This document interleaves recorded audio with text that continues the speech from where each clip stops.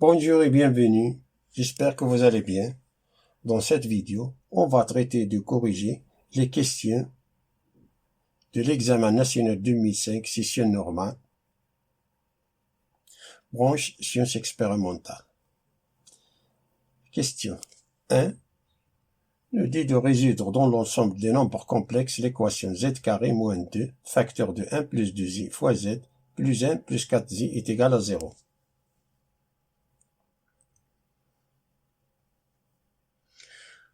On rappelle que toute équation de second degré de la forme 1z carré plus bz plus c est égal à 0, où a est différent de 0, là le discriminant delta est égal à b au carré moins 4ac, ce qui implique que si delta est supérieur ou égal à 0, alors z est égal à moins b plus ou moins racine de delta divisé par 2a. Si delta est inférieur à 0, alors z est égal à moins b plus ou moins i racine de moins de delta divisé par 2a. Si on trouve delta en fonction de i, si on trouve que le discriminant delta en fonction de i, on utilise toujours cette formule-là. Celle-là. Alors on commence. On a delta, c'est b au carré, moins 4ac, c'est-à-dire moins 2 facteurs de 1 plus 2i, tout au carré, moins 4ac, c'est-à-dire moins 4, fois 1 plus 4i. Ce qui est égal à 4, ça c'est 4, moins 2 au carré c'est 4, facteur de 1 plus 2i c'est 1, plus 4i, moins 4, car on a 2i au carré, c'est 4i au carré, c'est-à-dire moins 4. Car i au carré c'est moins 1. Si on a moins 4, facteur de 1 plus 4i. Ça est égal à 4, facteur de moins, ici moins 3 plus 4i, plus 4 facteur de, ce moins-là, on le fait passer. Ici, c'est moins 1, moins 4i. Factorise par 4, c'est 4 facteurs de moins 3, moins 1, et 4i, moins 4i. Ça est égal à 4 fois, ça c'est 0, et 4 fois moins 4, c'est moins 16. Alors, comme delta est inférieur à 0, alors, delta est inférieur à 0 et ne dépend pas de i, alors on va utiliser cette formule-là. Alors z est égal à moins b plus ou moins i racine de moins de delta divisé par 2a. Alors ça c'est moins b, c'est-à-dire 2 facteurs de 1 plus 2i, plus ou moins i racine de moins delta, c'est-à-dire racine de 16, divisé par 2. Ça c'est 2 facteurs de 1 plus 2i, plus ou moins, ça c'est 4i, divisé par 2.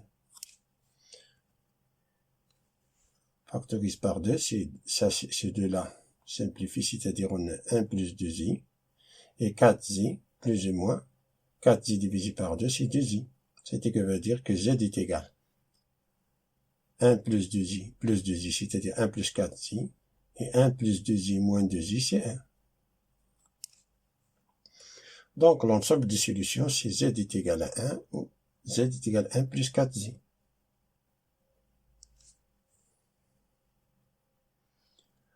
Passons à la question numéro 2, qui nous dit de montrer que z qui est égal. Racine de 3 plus i divisé par 2, tout à la puissance 12 est égal à 1. Tout d'abord, on va prendre ce qu'on a à l'intérieur de l'entre parenthèses. On va écrire sous forme trigonométrique. La racine de 3 plus i sur 2 est égale à la racine de 3 demi plus i fois 1 demi. J'espère que vous connaissez par cœur le tableau des angles remarquables. Ça c'est cos de pi sur 6 plus i sin de pi sur 6. Cos de pi sur 6, c'est racine de 3 demi. I sin de pi sur 6, c'est 1 demi. Donc, z qui est égal à racine de 3 plus i sur 2 tout à la puissance 12 est égal à cos de pi sur 6 plus i sin de pi sur 6 tout à la puissance 12. Selon Moivre, ça est égal cos de 12 fois pi sur 6 plus i sin de 12 fois pi sur 6. qui est égal à cos, ça c'est 2pi plus i sin de 2pi qui est égal à 1. Car cos de 2pi, 2kpi est égal à 1, et sin de 2kpi est égal à 0. Attention, K appartient à Z, à l'ensemble Z. K appartient à l'ensemble Z.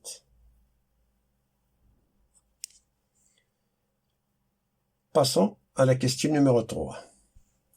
En utilisant une intégration par partie, montrez que l'intégrale entre 1 et e de x carré ln de x d de x est égal à 3e à la puissance 3 plus 1, tout divisé par 9.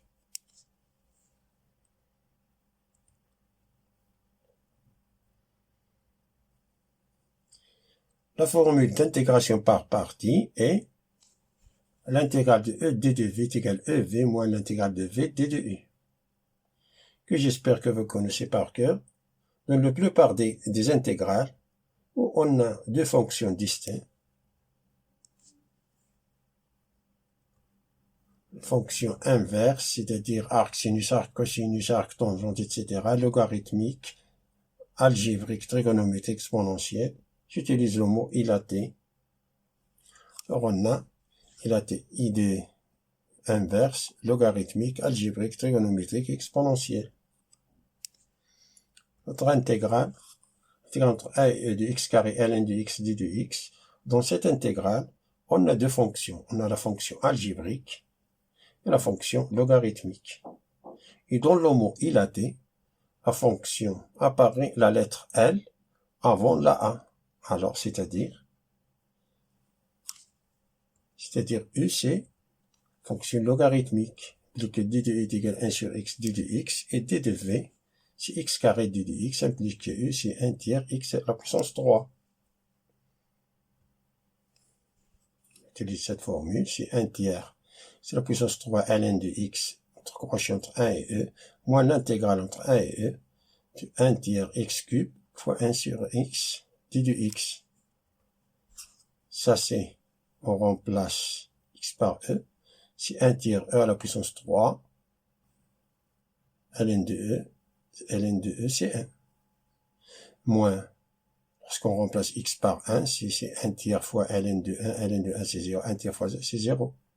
Moins l'intégrale entre 1 et e de 1 tiers, ça c'est x à la puissance 3 divisé par fois 1 sur x, c'est x au carré.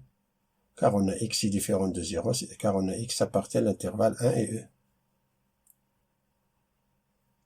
Intervalle affirmé 1 et e. On a x est différent de 0. C'est pour cela on a simplifié par x.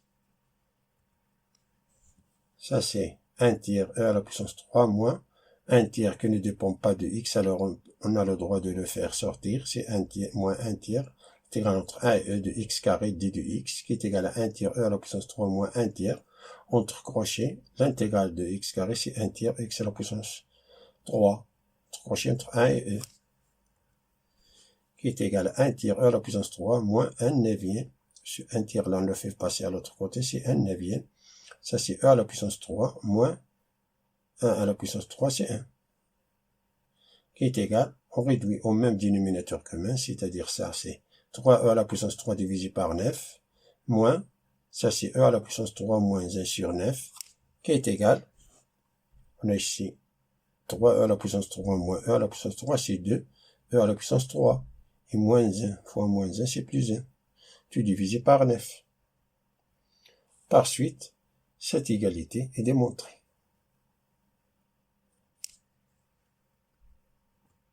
Voyons la dernière question, qui nous dit de montrer que l'intégrale entre 2 et 4 de d de x sur x racine de x moins 1 est égale à pi sur 6. On pourra poser que t est égal à la racine de x moins 1.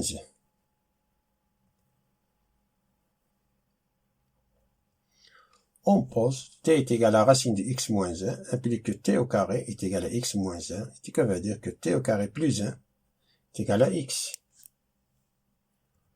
Le t qui est égal à la racine de x moins 1 implique que d de t, on dérive, est égal à 1 sur 2 racine de x moins 1 d de x. Ce qui veut dire que ça équivaut à que d de x est égal à 2 fois la racine de x moins 1 fois d de t. Ça c'est, on suppose c'est t, c'est-à-dire d de x est égal à 2t d de t.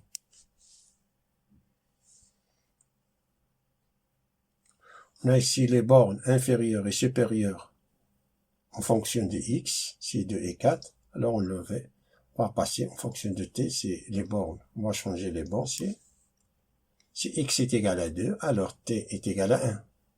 Multiplié par 2, c'est égal à 1. Si x tend vers 4, c'est égal à 4, alors t c'est racine de 3. Donc notre intégrale entre 2 et 4 d de x sur x racine de x est égal entre 1, borne inférieure c'est 1, la borne supérieure c'est racine de 3, d de x, c'est 2t d de t, x 1 plus t au carré, et racine de x moins 1 c'est t. Alors ça, 2 qui ne dépend pas de la variable t, on a le droit de le faire sortir, c'est 2, l'intégrale entre 1 racine de 3, les t peut simplifier, c'est dt sur 1 plus t au carré. Et ça c'est une intégrale directe, c'est l'arc tangente. Ça c'est 2, entre crochet de arc tangente de t, entre 1 et racine de 3.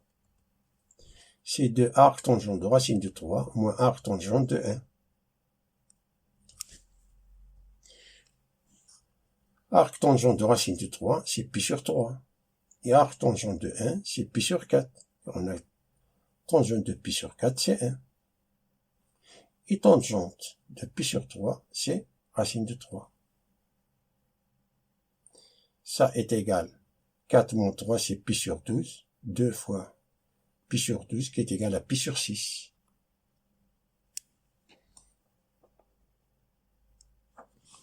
Alors, on a démontré cette égalité pi sur 6. C'est égal à pi sur 6.